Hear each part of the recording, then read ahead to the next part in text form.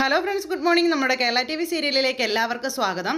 അങ്ങനെ ഗീതുവിൻ്റെ മുന്നിൽ വെച്ച് തൻ്റെ നിരപരാധിത്വം തെളിയിച്ച് സംസാരിക്കുകയാണ് നമ്മുടെ ഗോവിന്ദ്. അതുപോലെ തന്നെ മഹേഷും ഇതെല്ലാം പറഞ്ഞു കൊടുക്കുന്നുണ്ട്. അപ്പോൾ ഗീതുവിൻ്റെ മനസ്സിൽ ഞാനിപ്പോൾ വലിയൊരു ദുഷ്ടനാണെന്നും അത് അങ്ങനെ തന്നെ ഇരുന്നോട്ടെ എന്നുള്ള കാര്യമൊക്കെ ഗോവിന്ദ് ഇങ്ങനെ പറയാം. അപ്പോൾ ഞാൻ പിന്നെ എന്തിനാണ് അവളുടെ മുന്നിൽ നിരപരാധിത്വം തെളിയിക്കുന്നത്, അതിൻ്റെ ആവശ്യം എനിക്കില്ല എന്നുള്ള കാര്യങ്ങളൊക്കെ ഗോവിന്ദ് പറയുന്നു. നിറകണ്ണുകളോടെ നമ്മുടെ ഗീതു ഇതൊക്കെ കേട്ടുകൊണ്ട് ഇങ്ങനെ നിൽക്കുക. ഗീതുവിന് സഹിക്കുന്നില്ല. അവളുടെ മുന്നിൽ ഞാനിപ്പോൾ വെറും ഒരു വൃത്തികെട്ടവനാണെന്നും അത് അങ്ങനെ തന്നെ ഇരുന്നോട്ടെ എന്നൊക്കെ ഇങ്ങനെ ഗോവിന്ദ് പറയുന്നു. ഇതെല്ലാം കേട്ട് പൊട്ടിക്കരഞ്ഞുകൊണ്ട് നമ്മുടെ ഗീതു ഇങ്ങനെ അകത്തേക്ക് കയറിപ്പോണു. അങ്ങനെ ഗോവിന്ദ് പറഞ്ഞ പല സത്യങ്ങളും കേട്ട് ഗീതു ഇങ്ങനെ നടുങ്ങി വിറച്ചിങ്ങനെ നിൽക്കുക കേട്ടോ.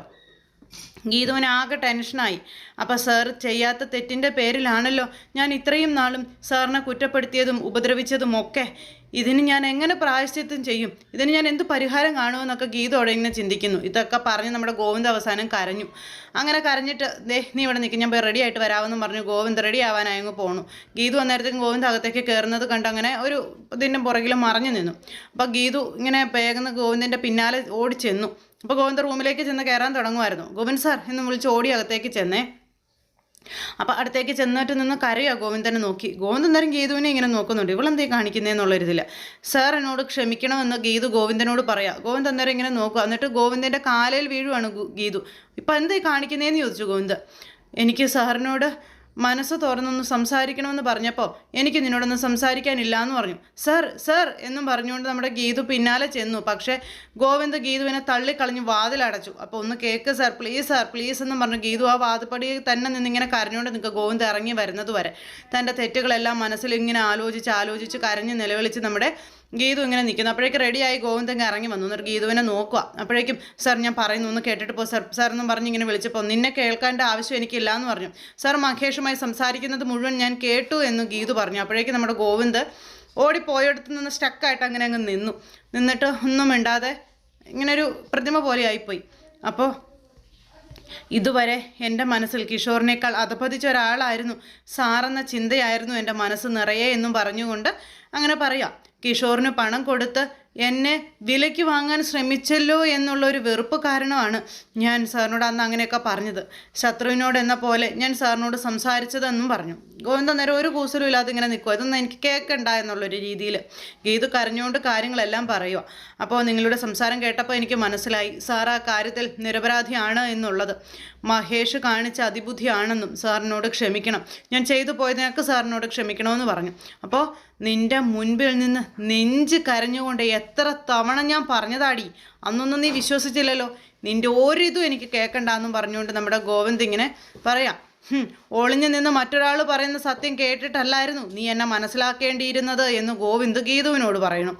ഇത് കേട്ട് കഴിഞ്ഞപ്പോഴേക്കും ഗോവിന്ദ് ഇങ്ങനെ ആയല്ലോ, അല്ലെങ്കിൽ ഇനി മാറില്ലല്ലോ എന്ന് ചിന്തിച്ച് ഇങ്ങനെ നിൽക്കുക ഗീതു.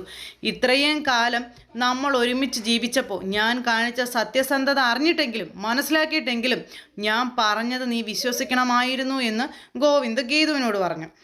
ഇനിയിപ്പോൾ അതിൻ്റെ ഒന്നും യാതൊരു ആവശ്യവും ഇല്ലെന്നും നിൻ്റെ കഴുത്തിൽ ഞാൻ അണിയിച്ചൊരു താലി ഉണ്ട് എന്നുള്ളതല്ലാതെ നമ്മൾ തമ്മിൽ യാതൊരു ബന്ധവും ഇല്ലയെന്നും ഗോവിന്ദ് ഗീതുവിനോട് പറയാം. എന്നേക്കുമായിട്ട് ഉപേക്ഷിക്കുന്നു എന്നുള്ള രീതിയിൽ എൻ്റെ കാൽ കീഴിൽ വീണ് കണ്ണീര് കൊണ്ട് പാദം കുതിർത്താലും എനിക്ക് നിന്നോട് ക്ഷമിക്കാനും പറ്റില്ല എന്ന് ഗോവിന്ദ് അങ്ങ് പറഞ്ഞു. ഇത് കേട്ടപ്പോഴേക്കും ഗീതു ഇങ്ങനെ പേടിച്ച് നിൽക്കുക കേട്ടോ. അതായത് ഗോവിന്ദ് ഓരോ സത്യങ്ങളും എണ്ണിയാണ് പറയുന്നത്. അപ്പോൾ നമുക്ക് സുഹൃത്തുക്കളായി തുടർന്നൂടെ എന്ന് ഗീതു ഗോവിന്ദിനോട് ചോദിച്ചപ്പോൾ മനസ്സുകൊണ്ട് അകന്നു നിൽക്കുന്നവരെങ്ങനെ ഫ്രണ്ടാകും എന്ന് ഗോവിന്ദ് ഗീതുവിനോട് ചോദിക്കുക. ഒരു നല്ല ഫ്രണ്ട് പിറക്കേണ്ടത് ഹൃദയത്തിലാണ്, അല്ലാതെ ഇങ്ങനെയല്ലെന്നൊക്കെ പറഞ്ഞുകൊണ്ട് ഗോവിന്ദ് ഇങ്ങനെ കുറേ പറഞ്ഞു. അങ്ങനെ ഗോവിന്ദ് ഗീതുവിനോട് പറയേണ്ട കാര്യങ്ങളെല്ലാം പറഞ്ഞ് ഗീതുവിനെ തള്ളിക്കളഞ്ഞിട്ടൊരു ഒറ്റ പോക്കായിരുന്നു. ഇപ്പോൾ സാറിനോട് ക്ഷമിക്കണമെന്ന് പറഞ്ഞപ്പോൾ അമ്മയോട് നീ കാല് പിടിച്ച് മാപ്പ് പറഞ്ഞാലേ ഞാൻ നിന്നോട് ക്ഷമിക്കൂ എന്ന് ഞാൻ ആവശ്യപ്പെട്ടാൽ നീ അത് ചെയ്യുമോ എന്ന് ചോദിച്ചു. നീ അതും ചെയ്തേ പറ്റൂ എന്നൊക്കെ പറഞ്ഞു. എന്താ തയ്യാറാണോ നീ എന്ന് ചോദിച്ചപ്പോൾ ഗീതു ഇങ്ങനെ ഞെട്ടി ഇങ്ങനെ നിൽക്കുവാണ്. ഗീതു ഇങ്ങനെ ആകെ വല്ലാതെയായി. എന്നോടിത് പറയാൻ നിങ്ങൾക്ക് നാണമില്ലേ എന്ന് ഗീതു ഗോവിന്ദനോട് ചോദിക്കുക. അത് കേട്ടപ്പോൾ ഗോവിന്ദ് ഇങ്ങനെ ഒന്നും മിണ്ടയില്ല. എൻ്റെ ആരാ അവരെന്ന് ചോദിച്ചു. മറ്റുള്ളവരെ കാണിക്കാനുള്ള ഒരു സൗഹൃദത്തിന് വേണ്ടി നിങ്ങളുടെ രണ്ടാനമ്മയുടെ കാലു പിടിക്കാൻ എനിക്ക് സൗകര്യമില്ലെന്ന് ഗീതു ഗോവിന്ദൻ്റെ മുഖത്ത് നോക്കി പറഞ്ഞു. അങ്ങനെ ഗീതു പറഞ്ഞ കാര്യം കേട്ട് ഗോവിന്ദൻ ഞെട്ടിപ്പോയി. ഗോവിന്ദ് ഇങ്ങനെ അന്താളിച്ചിങ്ങനെ ഗീതുവിനെ തന്നെ നോക്കി നിൽക്കാം. എങ്കിൽ ഞാനുമായി എങ്ങനെ ഒരു ബന്ധം സ്ഥാപിച്ച് ഇവിടെ കഴിയാമെന്നും നീയും കരുതണ്ട എന്ന് ഗോവിന്ദ് ഗീതുവിനോടും പറയുന്നു. വീണ്ടും അവർ ശത്രുപക്ഷത്ത്. അങ്ങനെ ഗീതുവിനെ തള്ളിക്കളഞ്ഞിട്ട് ഗോവിന്ദ് അങ്ങനെ അങ്ങ് പോയി. അത് കഴിഞ്ഞ് മുറിയിൽ വന്നിരുന്ന് പൊട്ടിക്കരയുവാണ്.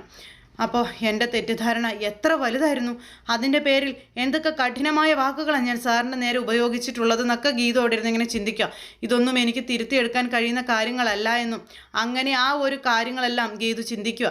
സാറിന് ഒരിക്കലും എന്നോട് ക്ഷമിക്കാൻ കഴിയില്ലെന്ന് എനിക്ക് മനസ്സിലായി, എനിക്കറിയാം. കാരണം അതുപോലെയാണ് ഞാൻ സാറിനോട് ഇടപെട്ടതും പെരുമാറിയതും. അങ്ങനെ ആശുപത്രിയിൽ കിടന്ന് കാണിച്ചതും പറഞ്ഞതുമായ കാര്യങ്ങളെല്ലാം നമ്മുടെ ഗീതു ഒരു നിമിഷത്തേക്ക് ആലോചിക്കുക. അങ്ങനെ ആ ഒരു സംഭവങ്ങളും കാര്യങ്ങളെല്ലാം കഴിഞ്ഞു. അപ്പോൾ അതെല്ലാം കഴിഞ്ഞതിന് ശേഷം പിന്നെ കാണിക്കുന്നത് നമ്മുടെ ഗീതു വിജയലക്ഷ്മിയുടെ വീട്ടിലേക്ക് പോവുക. അപ്പോൾ ഇത് ഇവിടുത്തെ വിജയലക്ഷ്മി അടുത്തൊരു വീടാണെന്നും പറഞ്ഞുകൊണ്ട് ഒരു തറവാട് തന്നെ കൊണ്ടുവന്ന് കാണിക്കാം. അപ്പോൾ ഈ തറവാടൊക്കെ കണ്ടു കഴിഞ്ഞപ്പോഴത്തേക്കും ഇവിടെ ആൾതാമസം ഉണ്ടോ എന്ന് ചോദിച്ചു. ഇവിടെ ഇപ്പോൾ ആൾതാമസമൊന്നുമില്ല, ഏകദേശം കുറേ വർഷങ്ങൾക്ക് മുൻപാണ് അവരിവിടെ താമസിച്ചിട്ടുള്ളതെന്നുള്ള കാര്യങ്ങളൊക്കെ പറഞ്ഞു. അങ്ങനെ ഗീതു ആ സത്യം തേടി ആ മേയറുടെ കൂടെ അവിടെ വരുന്നു, കൗൺസിലറുടെ കൂടെ അവിടെ വരുന്നു. അങ്ങനെ അവർ രണ്ടുപേരും ആ വീടിൻ്റെ പടി കടന്ന് അങ്ങോട്ടേക്ക് ചെല്ലുകയാണ്. എന്തും എപ്പോൾ വേണമെങ്കിലും സംഭവിക്കാമെന്നുള്ളൊരിത്. അപ്പോൾ കേസ് നടത്തി ഇതിപ്പോൾ മേഡത്തിൻ്റെ ഇതായി കിട്ടിയത്. കേസ് നടത്തിയാണ് മേഡം ഇത് തിരിച്ചു പിടിച്ചത്, കൈവിട്ട് പോയതായിരുന്നു. അപ്പോൾ മേഡം ഇങ്ങോട്ടേക്ക് താമസിക്കാൻ വരുമെന്നുള്ള കാര്യം പറയുമ്പം ഈ വീട്ടിലേക്കോ, അതും മേഡമോ, അതെന്താ അങ്ങനെ? അല്ല, അത്യാവശ്യ സൗകര്യത്തിലൊക്കെ കഴിയുന്ന മേഡം ഇവിടെ വന്നൊക്കെ താമസിക്കുമെന്ന് ചോദിച്ചപ്പോൾ വരുമെന്നാണ് പറഞ്ഞതെന്നും അതിനു മുൻപ് താലൂക്ക് ഓഫീസിലും വില്ലേജ് ഓഫീസിലും മുനിസിപ്പാലിറ്റിയിലൊക്കെ ചില പേപ്പറുകളൊക്കെ റെഡിയാക്കാനുണ്ടെന്നൊക്കെ കൗൺസിലർ പറയാം. ഇത്രയും വർഷമായിട്ടും ഈ സ്ഥലത്തിൻ്റെ കരമടച്ചിട്ടില്ല, അതിൻ്റെ നൂലമാലകൾ വേറെയുണ്ട്, അതൊക്കെ ശരിയാക്കാനുള്ള ഓട്ടത്തിലാണ് ഞാനിപ്പോൾ എന്നാ മേഡം പറയുമ്പോൾ ചിരിച്ചുകൊണ്ട് നമ്മുടെ ഗീതു ഇതൊക്കെ കേട്ടു. വില്ലേജ് ഓഫീസിൽ എനിക്ക് പരിചയമുള്ള ഒരാളുണ്ട്, ഒറ്റ ദിവസം കൊണ്ട് ഏത് പേപ്പറും ശരിയാക്കി കിട്ടുമെന്ന് ഗീതു പറയുമ്പോൾ എങ്കിലത് സൗകര്യമായല്ലോ എന്ന് പറഞ്ഞു. ഞാൻ വില്ലേജ് ഓഫീസിൽ കയറി ഇറങ്ങി മടുത്തു. അപ്പോൾ നെറ്റ് കംപ്ലയിൻറ്റ്, സെക്ഷൽ ഓഫീസേഴ്സ് ഇല്ല എന്നൊക്കെ പറഞ്ഞ് മടക്കി അയക്കുമെന്ന് പറയുമ്പോൾ ആധാരത്തിൻ്റെ കോപ്പി തന്ന ഞാനൊന്ന് സംസാരിച്ച് നോക്കാമെന്ന് പറഞ്ഞു. എൻ്റെ കയ്യിലുണ്ടായിരുന്ന ആധാരത്തിൻ്റെ കോപ്പി ഞാൻ അവിടെ കൊടുത്തിട്ടുണ്ട്. അപ്പോൾ കൗൺസിലർ പറഞ്ഞു വിട്ടതാണെന്ന് പറഞ്ഞാൽ മതി, പറ്റുമെങ്കിലും മോളെ എനിക്ക് വേണ്ടി അതൊന്ന് ചെയ്തു തരുമെന്ന് ചോദിച്ചു. അപ്പം ഞാൻ ചെയ്തു തരാമെന്ന് ഗീതു പറഞ്ഞു. ഇപ്പോഴും എനിക്കൊന്ന് സമാധാനമായതെന്നും പറഞ്ഞു ആ മേഡം അവിടെ നിന്ന് അങ്ങ് പോയി. അപ്പോൾ ആ മേഡം അങ്ങ് പോയി കഴിഞ്ഞപ്പോൾ ഇതാണ് പറ്റിയ ചാൻസ്, അവർക്ക് അറയ്ക്കൽ തറവാടുമായി എന്തെങ്കിലും ബന്ധമുണ്ടോ എന്ന് ഇതുവഴി അറിയാൻ പറ്റുമെന്ന് പറഞ്ഞ് ഗീതു അവിടെ നിന്ന് ചിന്തിക്കുക. എന്നിട്ട് ഗീതു ഇങ്ങനെ വണ്ടി ഓടിച്ചിങ്ങ് പോരുന്നു. അപ്പോഴേക്കും അവർണികയുടെ കോൾ വന്നു ഗീതുവിൻ്റെ ഫോണിലേക്ക്. അപ്പോൾ അവർണിക എന്ന് പറഞ്ഞ് കോൾ എടുത്തു ഗീതു. വേഗമേ മീറ്റിംഗ് ആരംഭിച്ചോ ഗീതാഞ്ജലി എന്ന് ചോദിച്ചപ്പോഴേക്കും ഗീതു എന്ത് മീറ്റിംഗ് ആണെന്ന് ചോദിച്ചു. AGMൻ്റെ ബോർഡ് മീറ്റിംഗ് രാവിലെ 10 മണിക്കാണെന്ന് മഹേഷ് പറഞ്ഞിരുന്നു എന്നുള്ള കാര്യം ഗീതുവിനോട് പറയാം. മീറ്റിങ്ങിൽ ഞങ്ങളുടെ പ്രപ്പോസലിൻ്റെ കാര്യത്തിൽ ഒരു തീരുമാനം ഉണ്ടാക്കാൻ ഗീതാഞ്ജലി ഹെൽപ്പ് ചെയ്യണമെന്ന് പറഞ്ഞപ്പോൾ ഞാനിതുവരെ ഓഫീസിൽ എത്തിയിട്ടില്ലല്ലോ അവർണിക.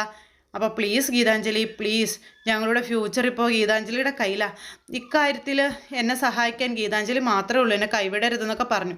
ഞാനൊരു അത്യാവശ്യ കാര്യത്തിന് വേണ്ടി പോകുമായിരുന്നു എന്നൊക്കെ പറഞ്ഞു.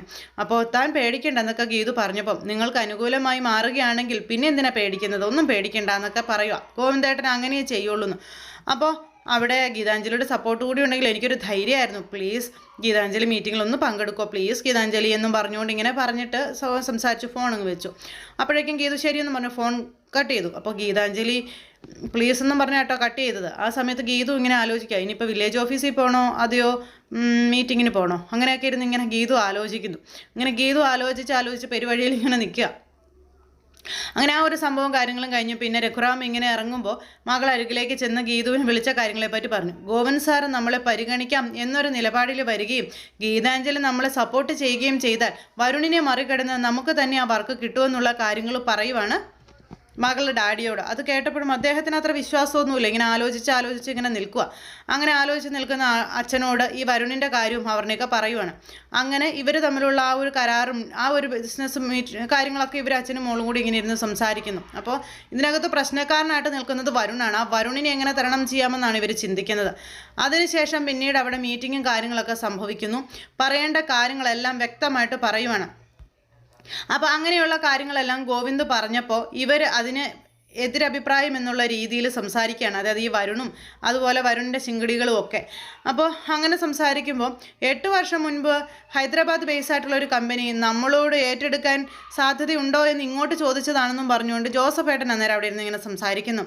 സാങ്കേതിക വിദ്യ അമിതമായി ഡിപ്പെൻഡ് ചെയ്യുന്നത് അത് കൊള്ളില്ലെന്നും പറഞ്ഞ് അന്നത്തെ ബോർഡ് മെമ്പേഴ്സ് ഒരു പക്ഷം ഇതിനെ എതിർക്കുകയാണ് ചെയ്തതെന്നും അദ്ദേഹം ഇങ്ങനെ പറഞ്ഞപ്പോഴേക്കും വരുണൊക്കെ വലിയതായിട്ട് ഇങ്ങനെയൊക്കെ ഇരിക്കും കേട്ടോ.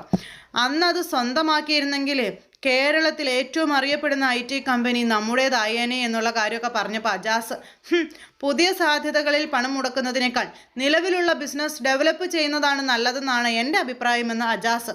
ഇതൊക്കെ കേട്ട് ഗോവിന്ദ് ഇങ്ങനെ ഇരിക്കുക. സോഫ്റ്റ്വെയർ കമ്പനി നമുക്ക് സ്വന്തമായിട്ടുള്ളത് നല്ലതാണെന്നും പക്ഷെ അത് രഘുറാം IT അങ്ങനെ ആ ഒരു ഇതിൽ പ്രശ്നത്തിലായിട്ട് നിൽക്കുന്നതിനെ കയ്യിലേക്ക് എടുക്കരുതെന്നാണ് എൻ്റെ അഭിപ്രായം എന്നതേ പറയുന്നു നമ്മുടെ വിനോദ്. അപ്പോഴാണ് ആ ബോർഡ് മെമ്പറിലേക്ക് നമ്മുടെ ഗീതു കടന്നു വരുന്നത്. എക്സ്ക്യൂസ് മീ എന്നും പറഞ്ഞ് ഗീതു കടന്നു വന്നപ്പോഴേക്കും എല്ലാ എണ്ണങ്ങളും കൂടി ഇങ്ങനെ വായും പൊളിച്ച് ഗീതുവിനെ തന്നെ നോക്കിയിരിക്കുന്നിടത്ത് ഇന്നത്തെ നമ്മുടെ കഥ അവസാനിച്ചു. എന്തായാലും എല്ലാവരും കാത്തിരുന്ന് കാണുക. എല്ലാവർക്കും നല്ലൊരു ദിവസം ആശംസിക്കുകയാണ്. എല്ലാവരുടെയും സപ്പോർട്ടിനും സ്നേഹത്തിനും ഒത്തിരി ഒത്തിരി നന്ദി അറിയിക്കുന്നു. അടുത്ത സൂപ്പർ ഹിറ്റ് കഥകളുമായി കാണുന്നത് വരെ എല്ലാവർക്കും നന്ദി.